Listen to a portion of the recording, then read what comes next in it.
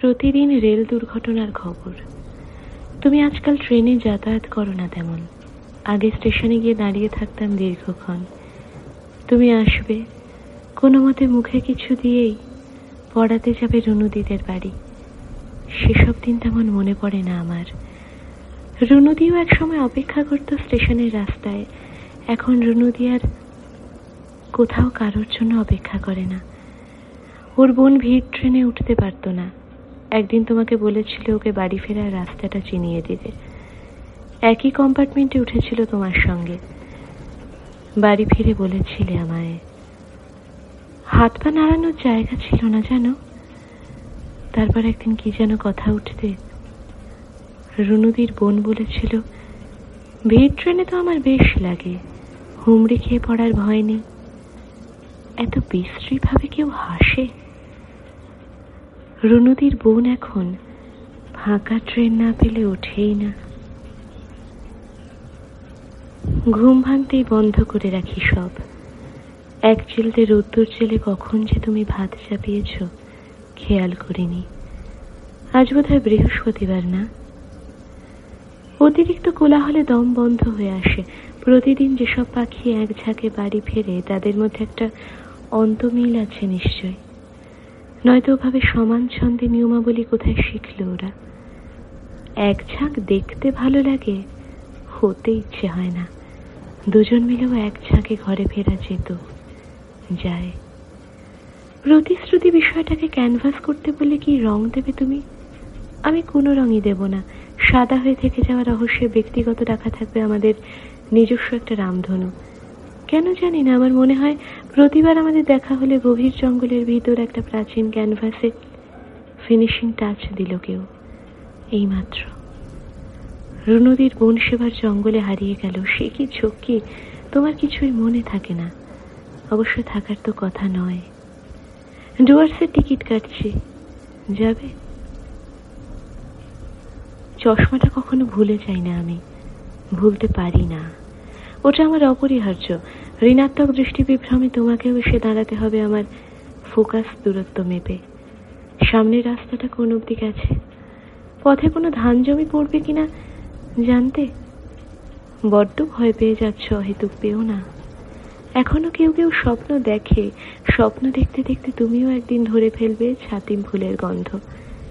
একদিন তোমাকে একটা বৃক্ষের মতন লাগে, যে গাছের কাছে দাঁড়াতেই বুঝি শতাব্দী প্রাচীন একটা পাণ্ডুলিপি আমি গচ্ছিত রেখে গেছিলাম কোনো এক জন্মে এই কোটরের ভিতরে সুপ্ত। ঋতু পরিবর্তন, প্রাকৃতিক বিপর্যয়, কত কত সভ্যতার বিবর্তন হয়েছে। প্রেস থেকে খবর এলো পাণ্ডুলিপিটা ওরা ছাপবে, আমার তৃতীয় বই। ছাপা হয়ে এলেই সবার আগে রুনুদিকে দেব। তুমি আর আমি দুজন মিলেই যাব। কার্ডটাও বইয়ের সঙ্গে। কেমন? আমি তো কোনোদিন অবিশ্বাস করিনি তোমায়। এত ঘাবড়ে যাও কেন? আমি বলেই বুঝতে পারি তোমার ভয় পাওয়াটা হারিয়ে ফেলার। তোমায় বলা হয়নি বিজয়ার রাতেও ঈশ্বরের মুখে কতখানি প্রশান্তির হাসি লেগে থাকে। ওরা আগুন নিয়ে ছুটে এলো আমার চারপাশে। আমার পা থেমে যাচ্ছিল বাঁচার উত্তেজনায়।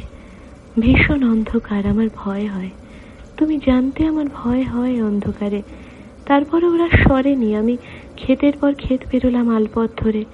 সন্ধে নামছে তখন আচমকা। সারাদিনের ক্লান্তিতে আমি খিদে অস্থির। খিদে পেলে আমার দম বন্ধ হয়ে আসে। তুমি জানতে আমার দম বন্ধ হয়ে আসে খিদে।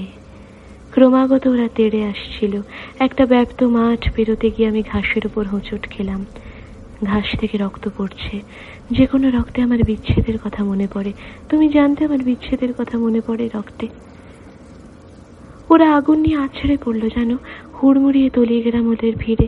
কোনো এক অবিচ্ছেদ টান আমার চোখ ফেরালো ওদের চিনতে। তাকিয়ে দেখি এক সমুদ্র জল তুমি ছুঁড়ে দিচ্ছ ওদের দিকে। আমার আগুনে খুব ভয়। তুমি জানতে আমার খুব ভয় আগুনে। বেশ কিছু জন জানতো আমার ভয়, যারা সবাই বলে দিয়েছে সবাইকে। তুমি কিন্তু কাউকে কিচ্ছু বলনি, কাউকে না। রুনুদিদের বাড়িটা ওরা ভাঙছে, ফ্ল্যাট উঠবে। রুনুদির বোন হোস্টেলে থাকে এখন, বাড়ির কারোর সঙ্গে তেমন যোগাযোগ রাখে না আর। ফোন নম্বরটা বদলে ফেলেছে। নেমন্তন্ন করতে গিয়ে দেখলাম পরিষেবা সীমার বাইরে। একদিন দেখা হয়েছিল ওর সঙ্গে আমার, পড়ার চাপ বেড়েছে বোধহয়। ওর রেজাল্ট নিয়ে তুমি জানতে চেয়েছিলে আমার কাছে। আমি বিশ্বাস করি মন প্রকৃত স্বচ্ছ থাকলেই সরাসরি কথা বলা যায়। আজকের দিনটা সুন্দর, আলো। লাল শাড়ি পরতে বলেছিল রুনুদি। ও এত ভালো লেখে তুমি জানতেই পারলে না? বাংলা টিউশনের টাকা থেকে এক কামরার ঘর ভাড়া দিতে পারে এখন রুনুদি। বাড়িটা ওরা পায়নি, পারিবারিক অশান্তির ফল। বহুদিন হাত ধরে হাঁটিনি তোমার সঙ্গে, কোনো গন্তব্যে নয়, এমনি। বৃষ্টি পড়ায় এপাড়ার সমস্ত জল জমে আবার একটা আস্ত দিঘি মনে হচ্ছে আজ।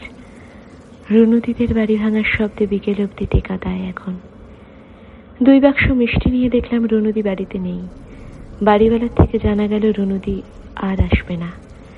ওর বোনের জন্য একটা লাল শাড়ি কিনে রেখে একদিন ভোরবেলা বেরিয়ে কোথায় যেন চলে গেছে রুনুদি। আমরা দুজন একসঙ্গেই প্রথম কারোর চলে যাওয়া দেখলাম।